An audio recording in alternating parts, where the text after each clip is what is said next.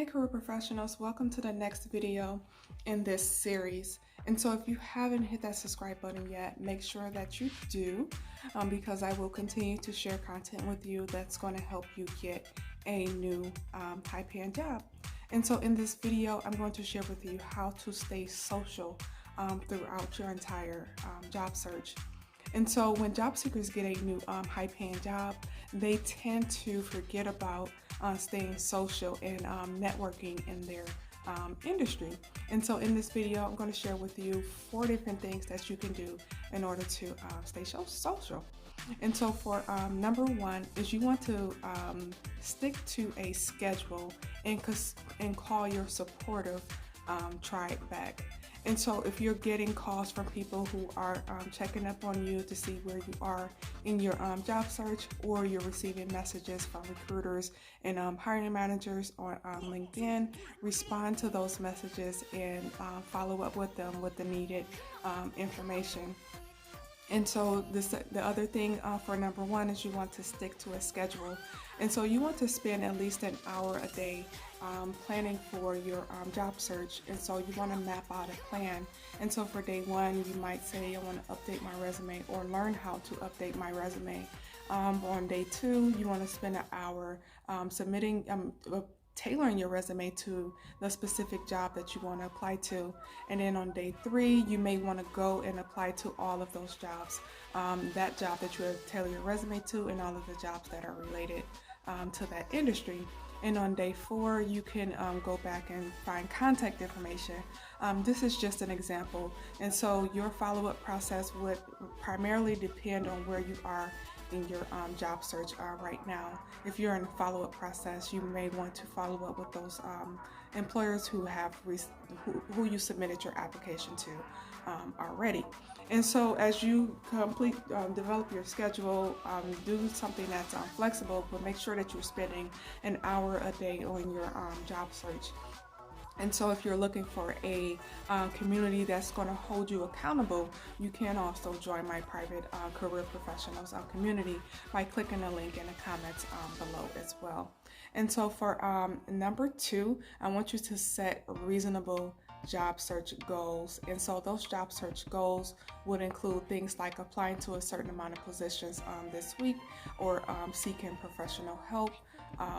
But set reasonable goals. You don't want to say you want to apply to 100 different jobs this week. That's unreasonable, because you will also need the time to tailor your resume to each one of those positions. And you will also want to make sure that you set goals that are attainable according to the SMART outline for setting SMART goals. And so for number 3, you want to get out of your house or apartment for a little bit. I know that we all are social distancing right now, but you don't have to sit in the house unless you're sick. And so grab you a mask or a piece of cloth or a shirt or something, wrap it around your face and go out and go for a quick walk around the house or around the apartment building or down the block and back to something like that, to get your mind off of everything that's going on, get you some fresh air if the weather is nice. And so that's another way to get socials. When you do get outside, people are wanting to talk because we have all been stuck in the house for quite some time. And so for number 1, you want to find time for you. So this goes back to number 3, getting out of the house for a little bit, but you want to find time for you.